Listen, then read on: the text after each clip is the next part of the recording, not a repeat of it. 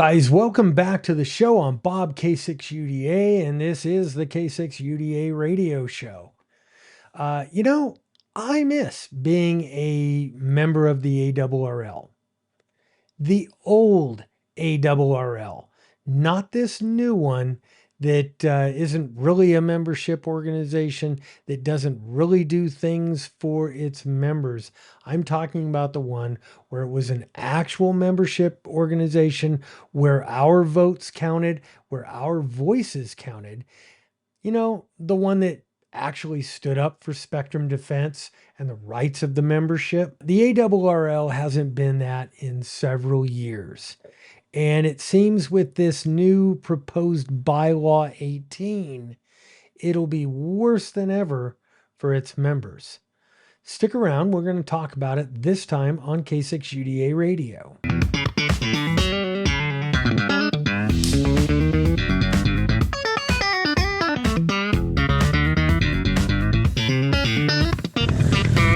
Let's do this.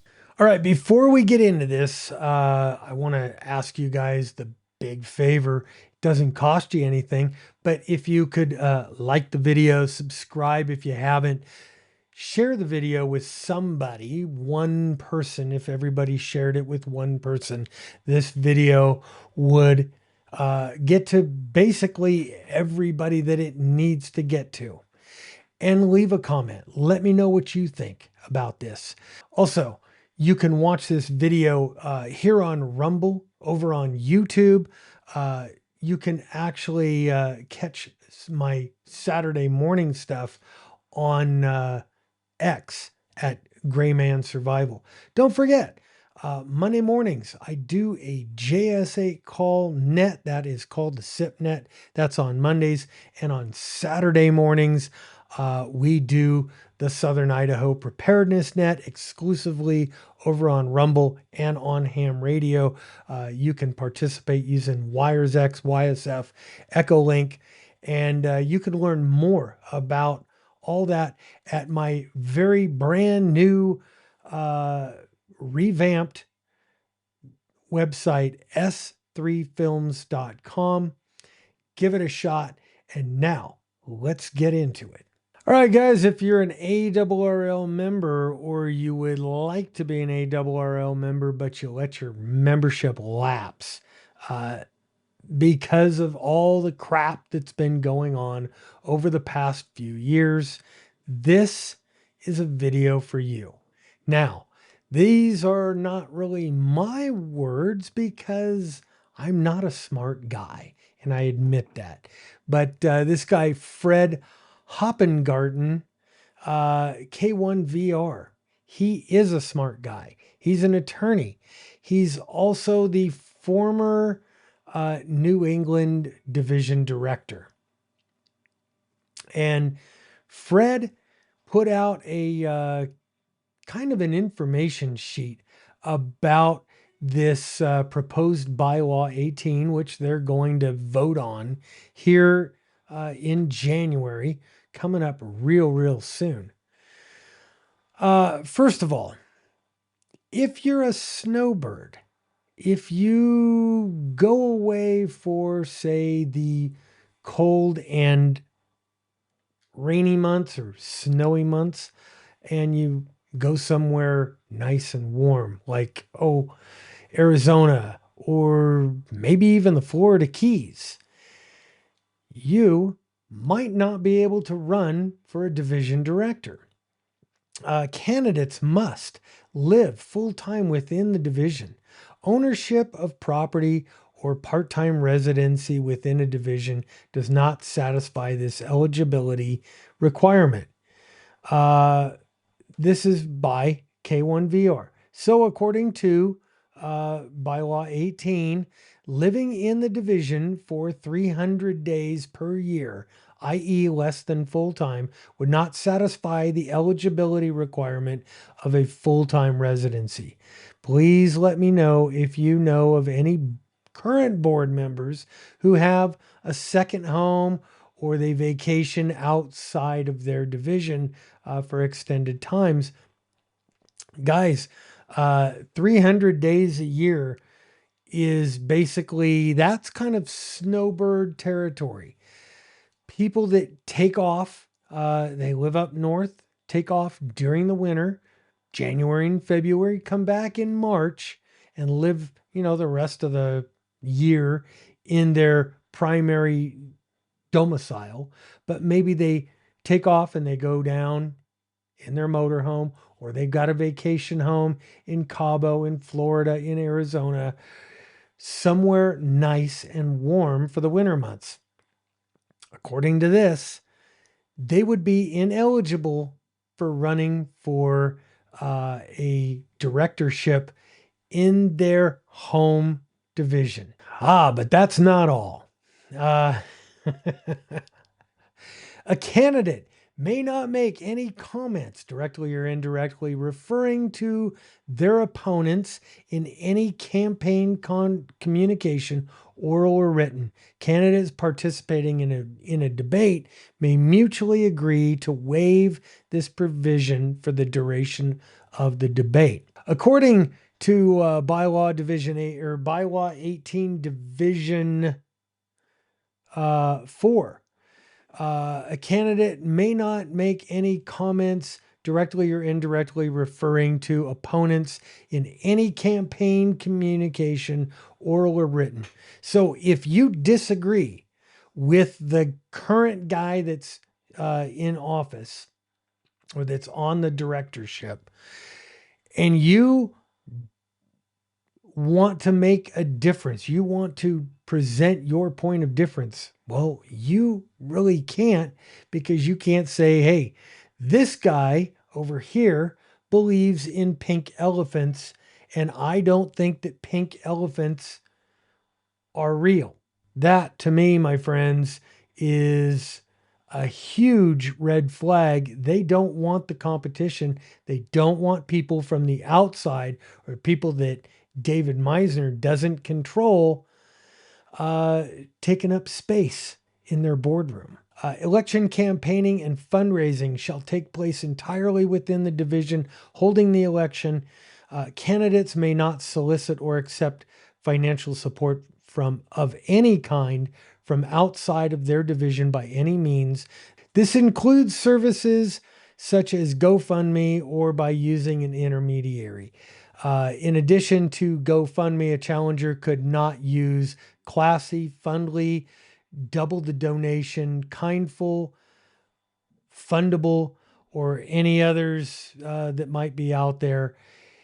And candidates may not solicit or accept financial support of any kind from outside their division. So what that means is if me, as a member of the ARRL, just a regular member, and let's say I'm a snowbird and I'm traveling for, say, a month, 2 months outside of my division, I can't contribute to my preferred candidate's campaign to get on the board of directors, and he can't accept my donation if I do make a donation. That is horrible, my friends. That is going to really, that's going to play hell if in the future elections if something like that passes. While the current board is lamenting ways to eliminate competition, to eliminate other people from the outside of getting onto the board and actually making a difference, what they're not taking care of are things like promoting an HOA bill for hams that can't erect outdoor antennas. That would be a very, very good one. Modernizing LOTW. You could make a $10 a year maintenance fee and the league could make a lot of money, but no, they're going to leave LOTW as it is. I mean, they had the perfect opportunity to modernize it while it was down, but now it's back up. And well, That's a whole nother video. Reversing the present monthly declines in membership. Likely larger losses than you know, but the real numbers are still secret. Remember, they're not telling us how many people are walking away from the ARRL every month as their membership comes due. A lot of people are just choosing not to spend the $58. And in a big part, Dave, is the fact that you killed QST.